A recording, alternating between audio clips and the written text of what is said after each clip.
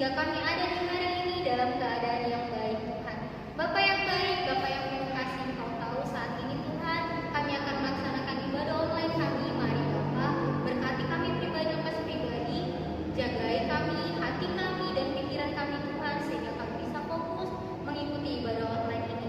Bapa yang baik, kami juga mau berdoa Tuhan buat adik-adik kami mungkin pada saat hari ini Tuhan dia dalam keadaan sakit. Mari Bapa pulihkan dia, jamah dia Tuhan, sehingga di hari berikutnya, di minggu berikutnya dia bisa mengikuti ibadah online. Bapa yang baik, kami mau serahkan ibadah online kami ini Tuhan, dari awal pertengahan hingga akhir di tangan Tuhan. Biarlah segala sesuatunya terjadi sesuai dengan kehendak Tuhan.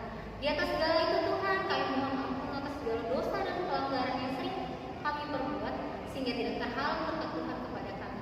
Dalam nama Yesus kami sudah berdoa dan ucap syukur. Haleluya, amin. Nah, untuk mengucap syukur kepada Tuhan, kita angkat lagu pujian kita, segala puji syukur.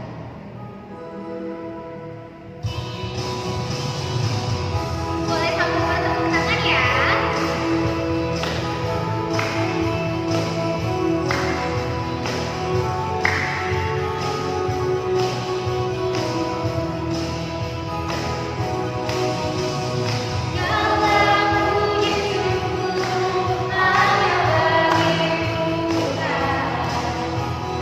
So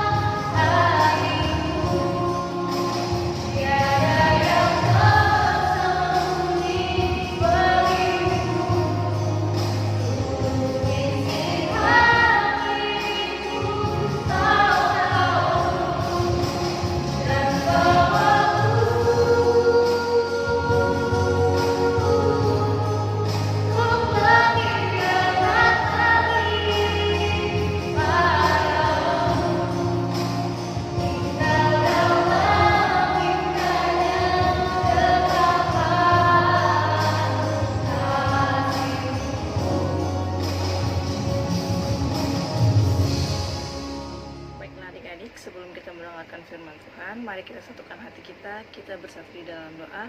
Kita berdoa. Selamat pagi Tuhan Yesus yang baik. Terima kasih Tuhan atas berkat-Mu pada pagi hari ini, di mana Engkau masih memberkati kami Tuhan. Engkau masih melindungi kami Tuhan dari tempat tidur kami hingga pada saat ini Tuhan. Kami sudah siap untuk mendengarkan isi firman-Mu. Biarlah Tuhan apa yang kami perdengarkan pada minggu ini Tuhan dapat kami cerna dengan baik dan dapat kami lakukan dalam aktivitas kami masing-masing. Tuhan Yesus yang baik, berkati acara ibadah ini Tuhan dari awal pertengahan hingga akhirnya nanti. Terima kasih Tuhan Yesus yang baik, hadirlah Engkau di tengah-tengah kami. Terpujilah nama-Mu dari dulu sekarang sampai selama-lamanya. Haleluya, amin. Baiklah adik-adik yang ada di rumah yang sudah mempersiapkan Alkitabnya, mari kita buka Alkitabnya, diambil dari Lukas 2 ayat 41 sampai dengan 52. Kakak ulangin sekali lagi ya. Kita ambil Alkitab kita buka, diambil dari Lukas 2 ayat 41 sampai dengan 52. Beginilah firman Tuhan. Yesus pada umur 12 tahun dalam bait Allah. Tiap-tiap tahun orang tua Yesus pergi ke Yerusalem pada hari raya Paskah. Ketika Yesus telah berumur 12 tahun, pergilah mereka ke Yerusalem seperti yang lazim pada hari raya itu. Sehabis hari-hari perayaan itu, ketika mereka berjalan pulang, tinggallah Yesus di Yerusalem tanpa diketahui orang tuanya. Karena mereka menyangka bahwa Ia ada di antara orang-orang seperjalanan mereka, berjalanlah mereka seperjalanan sejauhnya, lalu mencari Dia di antara kaum keluarga dan kenalan mereka. Karena mereka tidak menemukan Dia, kembalilah mereka ke Yerusalem sambil terus mencari Dia. Sesudah 3 hari mereka menemukan Dia dalam bait Allah. Ia sedang duduk di tengah-tengah alim ulama, sambil mendengarkan mereka dan mengajukan pertanyaan-pertanyaan kepada mereka. Dan semua orang yang mendengar Dia sangat heran akan kecerdasannya dan segala jawab yang diberikannya. Dan ketika orang tuanya melihat Dia, tercenganglah mereka, lalu kata ibunya kepadanya, "Nak, mengapakah engkau berbuat demikian terhadap kami? Bapamu dan aku dengan cemas mencari engkau." Jawabnya kepada mereka, "Mengapa kamu mencari aku? Tidakkah kamu tahu bahwa aku harus berada di dalam rumah Bapakku?" Tetapi mereka tidak mengerti apa yang dikatakannya kepada mereka. Lalu ia pulang bersama-sama mereka ke Nazaret, dan ia tetap hidup dalam asuhan mereka, dan ibunya menyimpan semua perkara itu di dalam hatinya. Dan Yesus semakin bertambah besar dan bertambah hikmatnya dan besarnya, dan makin dikasihi oleh Allah dan manusia. Amin.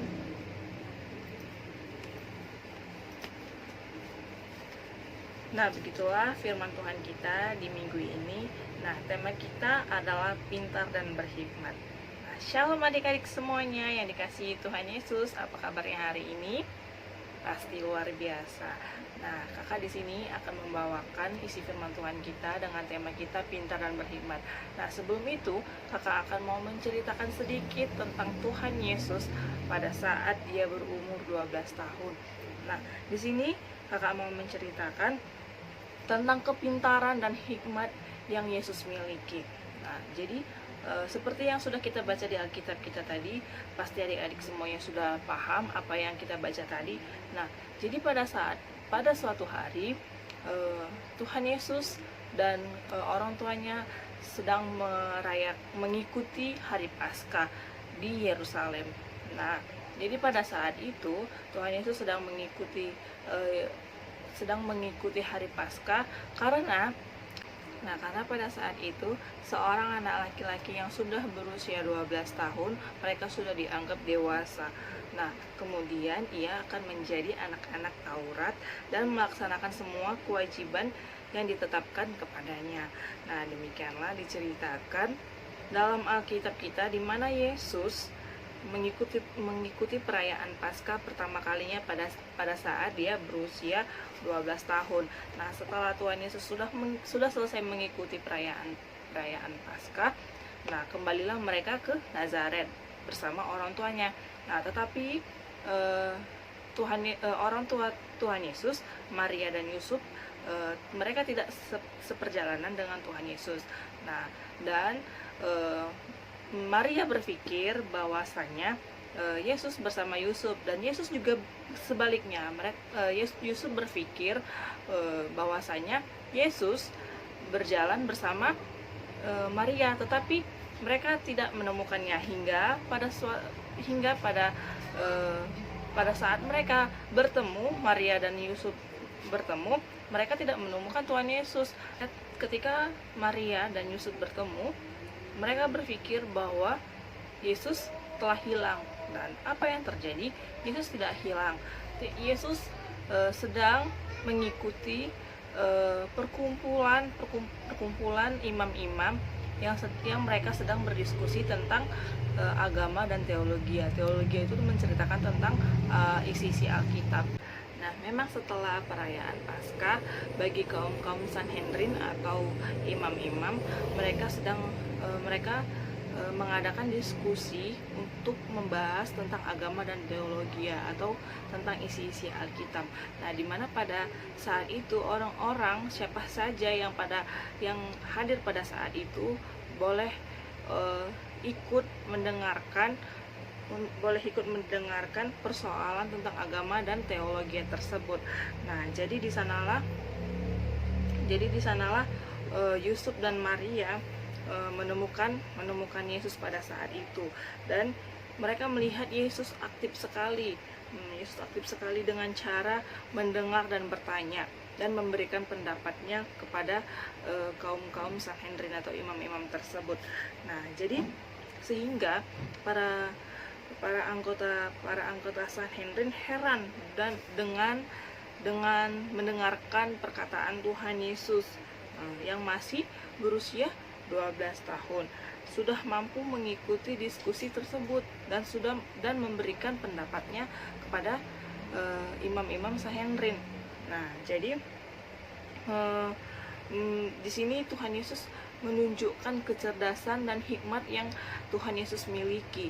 Nah, begitulah Tuhan Yesus, kecerdasan yang Tuhan Yesus miliki. Nah, kita aplikasikan ke dalam hidup kita. Nah, seperti contoh yang kita ambil dari sini adalah kriteria atau sifat Tuhan Yesus yang menjadi anak yang pintar dan berhikmat. Di usia dia yang 12 tahun, dia bisa mengikuti diskusi dan membahas tentang agama dan memberikan pendapatnya kepada imam-imam tersebut. Nah, jadi itu suatu contoh yang bisa kita ambil atau bisa kita aplikasikan ke dalam hidup kita, bahwasanya kita itu sebenarnya bisa seperti itu. Bagaimana caranya? Nah, kita harus bertekun dan kita harus bisa mengendalikan diri kita. Jangan gampang teremosi, jangan gampang marah, bagaimana Yesus bisa sepintar itu dan bisa secerdas itu memberikan pendapatnya dan berani berbicara di depan nabi-nabi Sanhedrin. Nah, tentunya Tuhan Yesus mau belajar dari orang tuanya, mau mendengarkan perkataan orang tuanya, mau mengikuti setiap perkataan orang tuanya. Nah, kita bisa aplikasikan ke dalam hidup kita ya adik-adik. Nah, dimana pada saat Yesus menjadi anak yang cerdas dan berhikmat pada usia dia 12 tahun. Nah, berarti cerdas itu bukan harus tumbuh dewasa, bukan harus di usia kita 20 tahunan, tidak. Nah, banyak sekali adik-adik yang masih kecil, bahkan anak kecil sudah mendapatkan peringkat pertama di sekolah. Nah, itu termasuk kecerdasan dan termasuk kepintaran buat adik-adik. Nah, apa langkah selanjutnya buat kita yang sudah memiliki peringkat, sudah memiliki kecerdasan? Nah, jadi adik-adik yang sudah memiliki kecerdasan dan kepintaran tidak menjadi anak yang sombong, tetap menjadi rendah hati, tetap menjadi anak yang mau mendengarkan perkataan orang tuanya, tidak melawan dan tidak suka marah. Nah, jadi di sini banyak adik-adik yang zaman sekarang juga yang sudah pintar walaupun masih kecil, Nah, tapi kepintarannya mudah dilihat melalui apa adik-adik? Nah, di sini kakak mau kasih contoh nih ya kan, buat adik-adik yang bukan hanya sekedar pintar karena otaknya pintar, tidak, tapi karena bakatnya juga ada dari talenta yang dia miliki seperti hobi. Nah, adik-adik memiliki hobi, contohnya adik-adik memiliki hobi bermain musik, menulis, menggambar, banyak sekali, rajin beribadah, kreatif, dia suka membuat barang-barang yang bisa menjadikan dia sebuah barang yang bisa dijual gitu. Nah, jadi banyak sekali contoh-contoh yang bisa membuat kita itu jadi kreatifnya, seperti yang kakak berikan tadi contohnya. Nah, itu termasuk kecerdasan dan kepintaran yang adik-adik miliki. Nah, jadi apa langkah selanjutnya yang akan kita lakukan supaya kecerdasan kita itu semakin bertingkat dan semakin bertambah? Nah, itu tadi yang kakak bilang, kita jangan sombong, kita jangan suka marah, kita harus mendengarkan setiap perkataan orang-orang tua, bukan hanya orang tua yang di rumah, bahkan orang tua kita yang di luar rumah, seperti guru sekolah minggu, kakaknya, abangnya, bahkan orang-orang yang tidak dikenal yang ingin memberikan kita nasihat, kita harus terima dan harus kita lakukan kalau itu yang baik untuk diri kita. Nah, begitulah salah satu contoh yang bisa adik-adik terapkan di dalam hidup kita, di dalam hidup adik-adik, bahwasanya kita memiliki kepintaran dan kecerdasan yang kita miliki, bukan berarti suatu kecerdasan itu kita salah gunakan, tidak. Nah, kita tetap harus menjadi anak yang cerdas dengan anak cerdas yang tetap rendah hati. Nah, seperti itu. Nah, begitulah firman Tuhan kita minggu ini. Semoga adik-adik dapat mengerti dan dapat kita pelajari kembali dan dapat kita aplikasikan ke dalam aktivitas kita, kehidupan kita, supaya kita bisa menjadi anak yang lebih baik lagi. Amin. Mari kita bersatu di dalam doa. Selamat pagi Tuhan Yesus yang baik, atas berkat-Mu pada pagi hari ini Tuhan, di mana kami sudah selesai mendengarkan isi firman-Mu. Biarlah Tuhan kami menjadi anak yang baik, segala apapun yang Engkau berikan kepada kami Tuhan, kecerdasan, kepintaran, hikmat yang Engkau berikan kepada kami Tuhan, biarlah kami pakaikan di dalam kehidupan kami dengan baik Tuhan. Biarlah kami bisa menjadi generasi-generasi yang dapat dicontoh oleh orang-orang yang di sekitar kami Tuhan. Biarlah Tuhan kami menjadi anak yang cerdas, biarlah kami bisa menjadi anak yang bijaksana Tuhan, dalam setiap apapun yang kami lakukan Tuhan, itu sesuai dengan kehendak-Mu. Tuhan Yesus yang baik, sebentar kami akan mau melanjutkan aktivitas kami dan kami akan mau melanjutkan acara ibadah kami Tuhan. Kiranya Engkau memberkatinya Tuhan, agar tidak terhalang berkat yang Engkau berikan kepada kami. Terima kasih Tuhan Yesus yang baik, terpujilah nama-Mu. Haleluya, amin. Nah, sekarang kita akan mengumpulkan persembahan. Kita kasih persembahan terbaik buat Tuhan sambil kita mengangkat lagu pujian, Ku Bawa Korban Syukur.